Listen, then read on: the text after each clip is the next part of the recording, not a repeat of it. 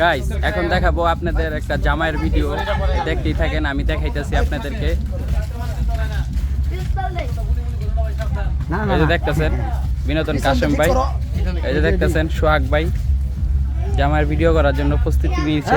এই যে দেখতেছেন আমার পিছনে সোহাগ ভাইকে, এই যে দেখেন ভিডিও করতে সবাই এসে বসে। এই যে জামাই কাশেম ভাই, জামাই এই যে সোহাগ ভাই। খুব গরম লাগতেছে বলে তার, আপনি দেখতেই পারতেছেন। শাড়ি বিন্দা প্রচুর গরম লাগতেছে।